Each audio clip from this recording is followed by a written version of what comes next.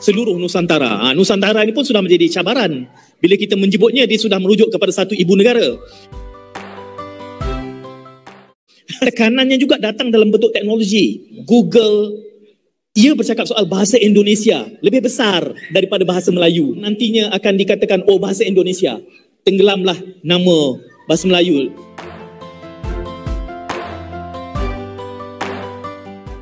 Hai guys, jumpa lagi. Kali ini kita masih terus mendalami pola pikir kaum Melayu Malaysia. Rupanya mereka amat terpukul oleh langkah Indonesia yang menamakan ibu kota baru di Kalimantan dengan nama Nusantara. Kaum Melayu Malaysia selama ini merasa ikut memiliki Nusantara, padahal mereka hanya pinggiran. Selain itu, mereka amat risau karena bahasa Indonesia semakin hebat dan mendunia. Hal ini akan menenggelamkan bahasa Melayu Malaysia. Yuk kita simak video berikut.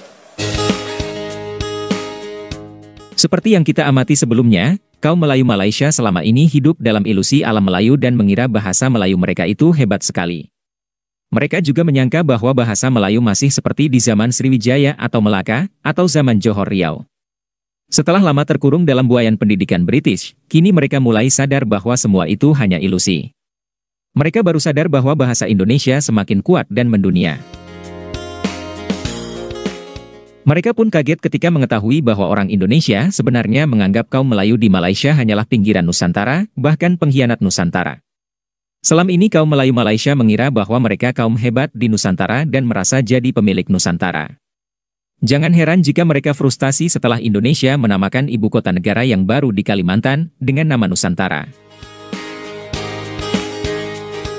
Karena mereka dididik dengan sejarah yang keliru, orang Malaysia baru sekarang agak paham bahwa sudah lama Indonesia mengidentifikasikan diri sebagai Nusantara.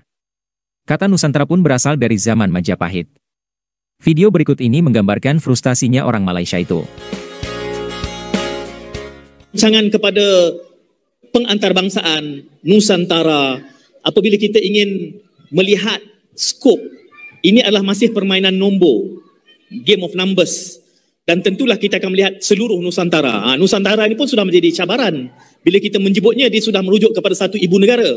Selepas ini, itu satu permainan psikologi yang sangat licik juga. Nusantara ini pun sudah menjadi cabaran. Bila kita menyebutnya, dia sudah merujuk kepada satu ibu negara. Selepas ini, itu satu permainan psikologi yang sangat licik juga. Nah, selanjutnya, kita simak ketakutan Malaysia mengenai kekuatan bahasa Indonesia di zaman digital sekarang. Karena, cepat atau lambat bahasa Melayu Malaysia, yang sebenarnya hanya bahasa kampung, akan segera terkubur. Sudah pasti bahasa Melayu Malaysia akan kalah bersaing dengan bahasa Indonesia. Apalagi di Malaysia sendiri posisi bahasa Melayu amat lemah, dan tidak semua orang setuju pemerintah Malaysia menghamburkan uang untuk memanjakan ilusi kaum Melayu. Tetapi dalam hal yang sedemikian, bila kita mengatakan bahawa perlu bahasa Melayu ini mempunyai citra serantau sekurang-kurangnya kalaupun tidak antarabangsa. Menteri Luar kita sudah memulakannya. Cuma ada juga kritik apabila Menteri Kesihatan menjawab dalam bahasa Inggeris. Tak apalah, itu isu politik yang kemudian lah kita bincang, kita bereskan. Dalam hal ini bila kita kata bahasa Melayu itu harus diantarabangsakan, maka negara yang mana penuturnya lebih besar mengatakan tidak, ini bahasa Indonesia. Itu bahasa Melayu kah atau bahasa Indonesia yang harus kita ketengahkan? Ini kerana tekanannya juga datang dalam bentuk teknologi.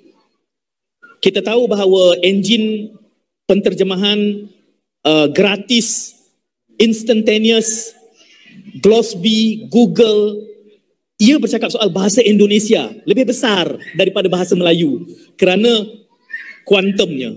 Dan ini satu tekanan algoritma, ini permainan matematik ini. Dan bukan nantinya akan dikatakan, oh bahasa Indonesia, tenggelamlah nama bahasa Melayu. Kalau kita melihat itu, apa kacamata Dr. Kamarul dalam hal? Okay. Terima kasih. Sebelum itu saya nak ulas sikit komen Prof. Teo tadi yang mengenai ada 9 orang Melayu sendiri yang mempersoalkan hasrat kerajaan untuk memertabatkan dan mengantarabangsakan bahasa Melayu ini. Sebenarnya memang ada, kita akui ada, cuma saya akui kita juga perlu kepada suara yang menentang sebab ia akan lebih memaratkan semangat kita. Cuma apa yang saya mahu nyatakan adalah bahawa golongan ini sebenarnya tidaklah besar. Kalau kita lihat nama yang menentang hanyalah seorang bekas menteri Tan Sri David Aziz ataupun G25, 25 orang golongan bekas mantan penjawat awam yang Anglophile diketuai oleh Datuk Nur Farida Arifin Kemudian ada seorang lagi menteri di Sarawak menteri Melayu jadi itu saja. Bentar guys, rupanya upaya mengantar-bangsakan bahasa Melayu pun mendapat tentangan keras di Malaysia sendiri.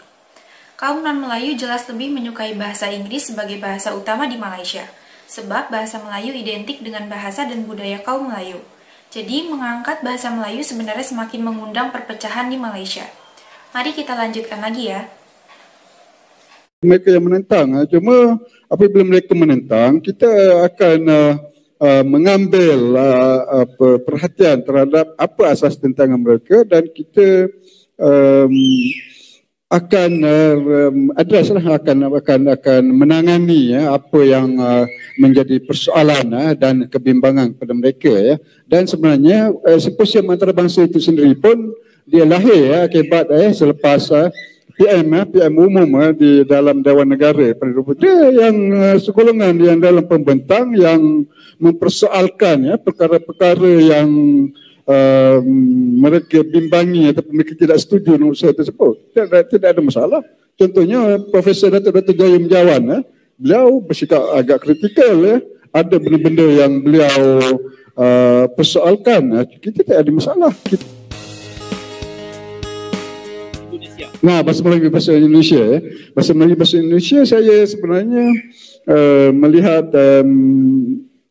saya sebenarnya terkejut bila kita jemput ramai sekali yang daripada ahli-ahli akademik, tokoh-tokoh bahasa daripada negara Indonesia yang berminat untuk jadi 5 orang pembentang daripada negara Indonesia dan semua sekali bersetuju sama ada di dalam sesi pembentangan mereka ataupun di dalam sesi forum. Ada 2 forum yang kita anjurkan, pertama malam pertama dan kedua adalah forum sebelum sesi penutup. Kesemua tokoh-tokoh di Indonesia ini bersetuju bahawa bahasa Indonesia itu sebenarnya adalah bahasa Melayu, akar aja. Pemerintah Indonesia telah tegas menolak bahasa Melayu jadi bahasa ASEAN. Adapun sejumlah panelis asal Indonesia yang diundang dalam simposium di Malaysia tahun lalu, tidaklah mewakili pemerintah atau negara Indonesia. Mereka berbicara atas nama pribadi, jadi tidak mewakili sikap negara. Bangsa Indonesia pun menganggap mereka sebagai pengkhianat bahasa Indonesia. Kini pemerintah Indonesia akan tetap berjuang menjadikan bahasa Indonesia sebagai bahasa internasional tanpa embel-embel Melayu. Bahasa Indonesia memang berakar dari bahasa Melayu, tapi bahasa Indonesia sudah berkembang jauh. Bahasa Indonesia sudah baku dan modern, dan bahasa Melayu Malaysia masih terkesan sebagai bahasa kampung. Tapi kami mengucapkan terima kasih pada Malaysia, yang telah menjadikan bahasa Melayu daerah, bahasa Melayu kampung, asal Indonesia, jadi bahasa negara. Begitulah guys sikap kaum Melayu Malaysia yang membingungkan. Mereka terkesan hanya ingin mendompleng bahasa Indonesia. Pola pikir kaum Melayu Malaysia sungguh aneh. Mereka seolah-olah bisa mendikte Indonesia. Padahal bagi bangsa Indonesia, nama bahasa Indonesia sudah final. Kalau ada pakar Indonesia yang seakan-akan mendukung bahasa Melayu Malaysia, mereka mungkin hanya ingin mendapatkan honor atau uang saja sebagai pembicara. Sikap bangsa dan negara Indonesia sudah amat jelas mengenai bahasa Indonesia. Dan itu tak mungkin berubah. Terima kasih sudah menonton sajian kami. Sampai jumpa lagi.